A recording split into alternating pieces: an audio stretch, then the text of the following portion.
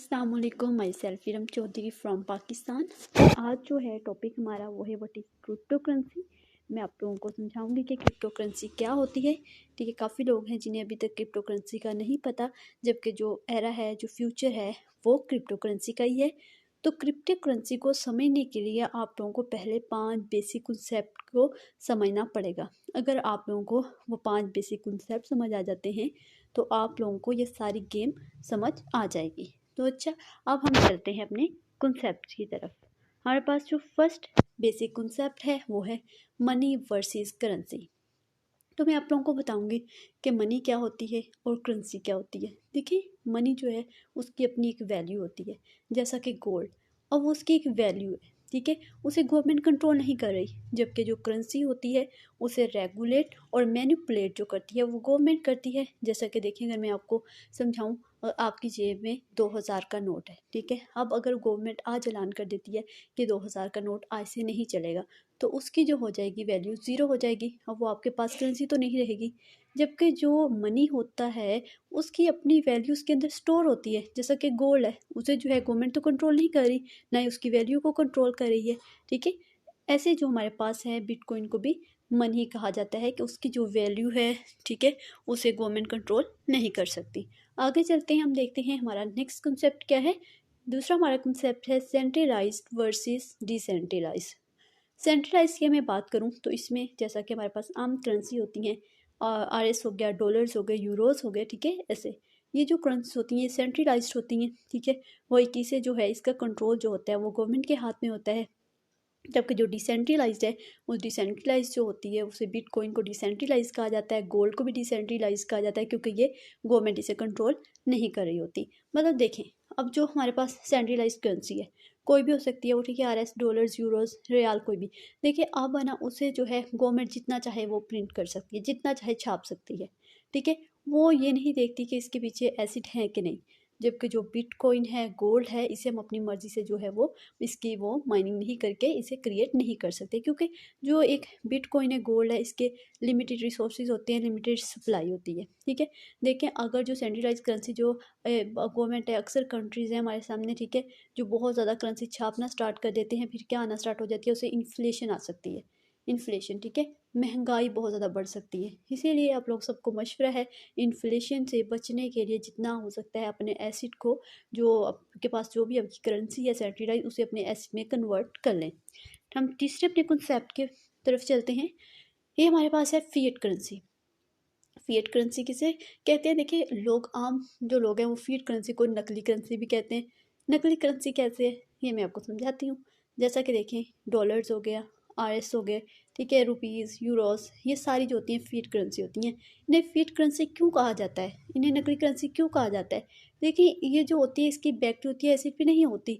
कोई भी कंट्री है वो ये नहीं देखती, अक्सर कंट्रीज हैं जो वो नहीं देखती कि हमारे पास इतने एसिड नहीं है, हम जो है वो इतनी जो है पेपर करेंसी जो है वो ना प्रिंट करें।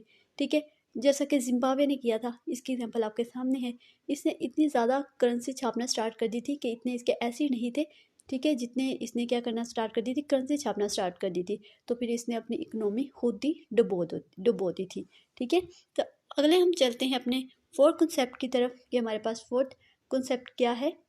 फोर्थ कंसेप्ट हमारे पास है डिजिटल वर्सेस फिजिकल। ठीक है, डिजिटल वर्सेस फिजिकल क्या होता है? देखिए, डिजिटल ऐसी चीज़ को कहते हैं जिसे हम छू नहीं पाते, फिजिकल है उसे हम छू पाते हैं। ठीक है, जैसे मैंने आपको बताया कि डिजिटल जो बिटकॉइन है वो टोटली डिजिटल है।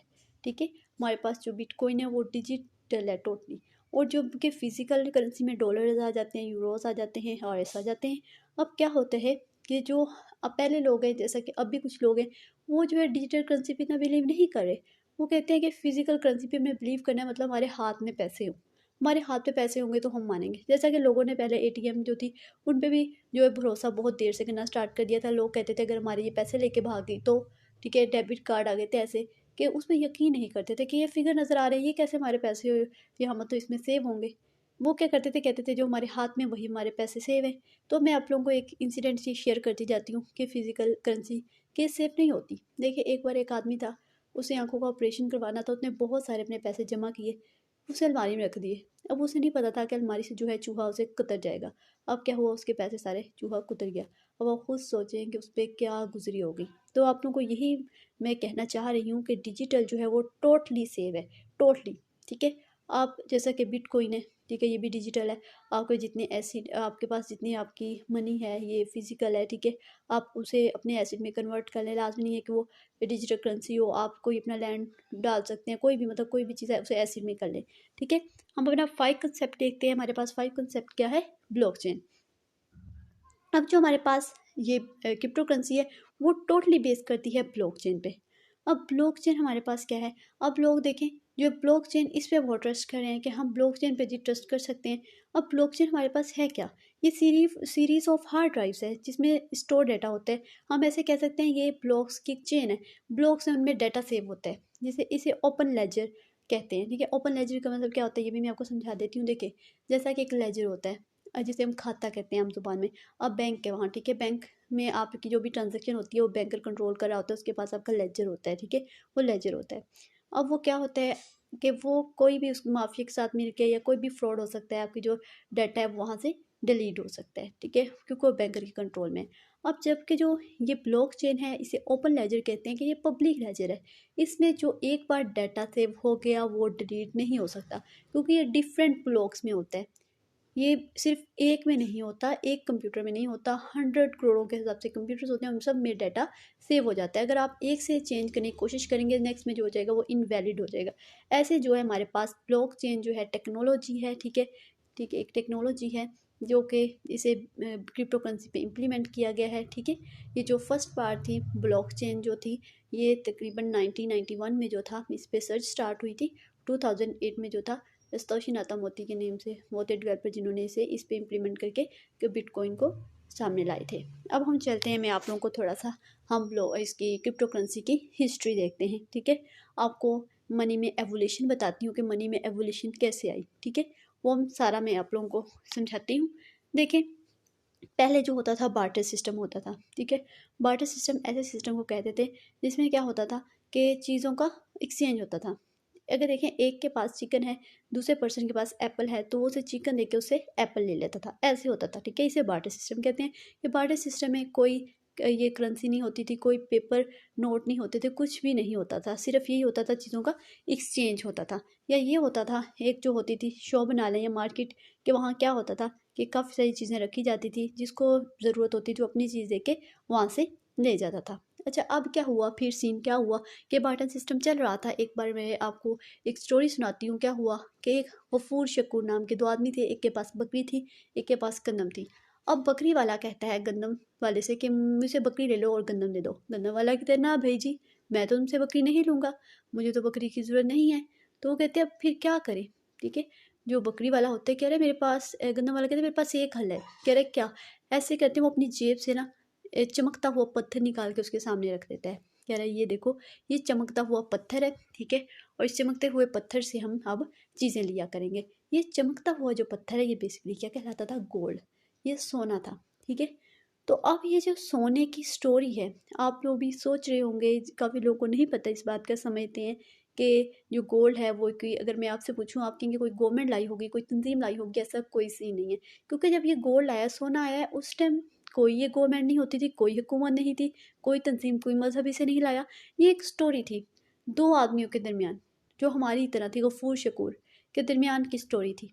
कि वो हुआ कैसे, लोगों ने इस पर बिलीव करना क्यों स्टार्ट कर दिया कि बस वो उन्होंने मेजोरिटी को इकट्ठा कर लिया, कम्युनिटी को इकट्ठा कर लिया, उन्हें सबको इकट्ठा कर लिया कि ऐसे मैसे क्या करेंगे, जिसे जिस चीज़ की ज़रूरत नहीं होगी वो क्या क्या करेगा, बदले में ये चमकता हुआ पत्थर दिया करेगा।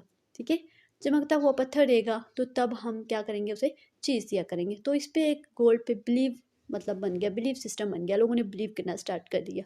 अब फिर क्या हुआ, मैं आपको बताती हूँ कि मनी में एवोल्यूशन कैसे आई। फिर क्या हुआ जी, फिर जब ये वर्ल्ड वार हुई, ठीक है, तो जो अमेरिका थे, गोरे थे, वो आए। उन्होंने जब देखा, उन्होंने एक हुकूमत करना स्टार्ट की। उन्होंने देखा कि लोगों के पास तो मतलब गोल्ड है, पत्थर है, ये चमकते हुए पत्थर है, हमारे तो ये अंडर ही नहीं आएंगे, अब हम क्या करें। तो उन्होंने लोगों को कहा कि जितना तुम लोगों के पास सोना है ना, इतना हम लोगों के पास पेपर करेंसी है। लोगों ने कहा तुम हमसे झूठ वूठ ना बोलो। उसने कहा नहीं ऐसा है। लोगों ने ही माने, लोगों ने कहा नहीं हम नहीं देते अपना ये सोना है जो चमकता हुआ पत्थर है, हम नहीं देंगे तुम्हें। तो फिर गवर्नमेंट को पड़ गया कि अब क्या होगा, ये तो हमारे अंडर नहीं आएंगे ऐसे। तो उन्होंने क्या किया, उन्होंने उन्हें लोगों को डराया धमकाया, ठीक है। उन्होंने कहा कि अगर तुम लोग हमें ये नहीं दोगे तो हम लोग तुम्हें जेलों में बंद कर देंगे। अब लोग बेचारे क्या हुए, लोग बेचारे डर गए। लोगों ने ये जो सोना था सारा गवर्नमेंट को दे दिया। तो कुछ अर्से बाद गवर्नमेंट ने कहा कि स्टेट बैंक वो हैं, उनके सामने प्रिंटर मशीन लगी हैं, आज से जो है पेपर करेंसी प्रिंट होगी, तो आप लोग वहाँ से जाके पेपर करेंसी लोगे और हमारे पास कोई सोना वोना नहीं है। तो ऐसे जो था मतलब उन्होंने सारा कंट्रोल ले लिया और स्टेट बैंक में प्रिंटर लगे, वहाँ से पेपर करेंसी छापना स्टार्ट हो गई और जो लोग थे उन्होंने उनकी गुलामी करना स्टार्ट कर दी कि वो काम करते थे, उनकी गुलामी करते थे, मजदूरी करते थे, उन्हें पेपर करेंसी दी जाती थी। ऐसे जो था इन्फ्लेशन स्टार्ट हो गई, गुर्बत स्टार्ट हो गई, सिर्फ गवर्नमेंट की गलत पॉलिसी की वजह से, ठीक है।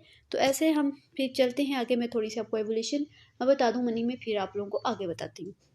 ये देखिए एवोल्यूशन ऑफ मनी, ये आप लोगों के सामने, जैसे मैंने आप लोगों को बताया कि पहले बार्टर सिस्टम होता था, फिर गोल्ड आया, गोल्ड के बाद जो था मेटल कॉइन स्टार्ट हुए, फिर ये जो है हमारे पास पेपर मनी आ गई। पेपर मनी के बाद देखें और ज़्यादा एवोल्यूशन आई कि प्लास्टिक कार्ड्स आ गए, जैसे आप लोगों के पास एटीएम कार्ड है, डेबिट कार्ड है, फिर इलेक्ट्रॉनिक मनी आ गई, इजी पैसा, जैज़ क्या, ये सारा कुछ। तो अब जो है क्रिप्टो करेंसी का एरा है। देखिए आप लोग समझें क्रिप्टो करेंसी की पावर को।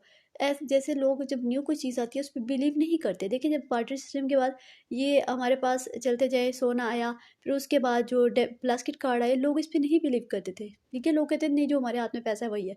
तो लेकिन देखिए आज कितनी पावर है, आजकल हर कोई अपना पैसा जो वो किस में रखता है, प्लास्टिक यही एटीएम कार्ड में रखते हैं। इसलिए रखते हैं कि चोरी ना हो जाए, पैसा हमारी जो पेपर करेंसी है जल ना जाए। ऐसे चोरी हो सकती है, चूहा कुतर सकता है, जैसे मैंने बताया कुछ भी हो सकता है। तो जबकि वहाँ जो फिगर है वो कोई एक फिगर के तौर पे हमारे पैसे शो हो रहे हैं, कोई वो वहाँ सेव है, कोई चुरा नहीं सकेगा, ठीक है। ये लोगों ने बिलीव करना स्टार्ट किया।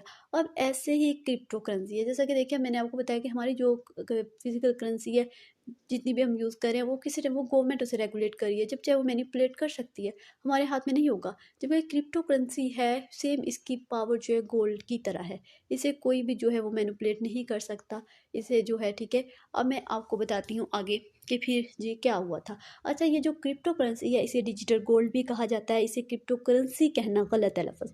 जैसा मैंने आप लोगों को पहले स्टार्ट में समझाया कि करेंसी जो होती है उसकी कोई वैल्यू नहीं होती, ठीक है। जबकि जो मनी है जो, ठीक है, उस जैसे मैंने गोल्ड की आपको एग्जांपल दी, तो जो गोल्ड है उसकी अपनी वैल्यू है, उसकी वैल्यू उसके अंदर स्टोर होती है। इसलिए जो क्रिप्टो करेंसी है इसे डिजिटल गोल्ड कहना ज़्यादा बेस्ट है।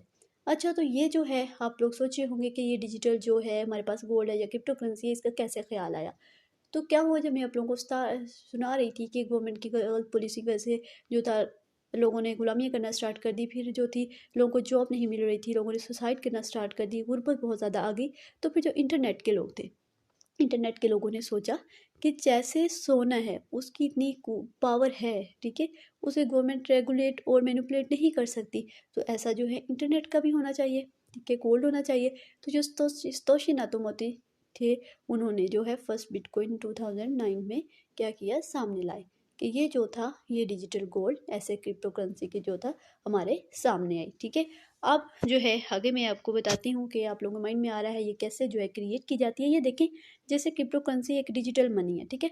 जैसा आप लोगों के पास पैसे होते हैं उसमें कोड नज़र आ रहा होता है, सेम ऐसी जो क्रिप्टो करेंसी है ये भी वही से कोड से क्रिएटेड की जाती है, ठीक है। ये मोनिटाइज की जाती है पीयर टू पीयर, इसमें कोई थर्ड पार्टी जो है इन्वॉल्व नहीं होती।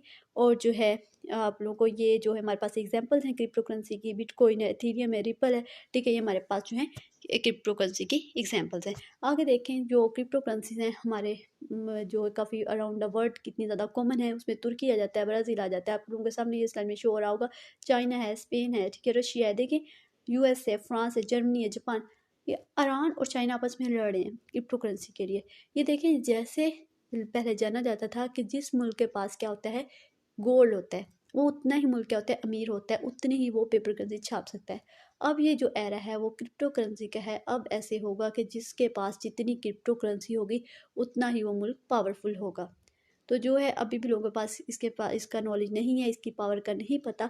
तो आप लोगों को आखिर में फिर यही कहना चाहूँगी कि अपने आप लोगों की जो भी करेंसी है उन्हें जो है कन्वर्ट कर लें एसिड में, क्रिप्टो करेंसी में। जो फ्यूचर है इसी का है, इसे कोई ख़त्म नहीं कर सकता, क्योंकि जो चीज़ एक बार ब्लॉकचेन पे आ जाए उसे कोई ख़त्म नहीं कर सकता। उम्मीद है कि आप लोगों को बहुत अच्छे से समझ आ गई होगी। अब मुझे इजाज़त दें, अल्लाह हाफिज़।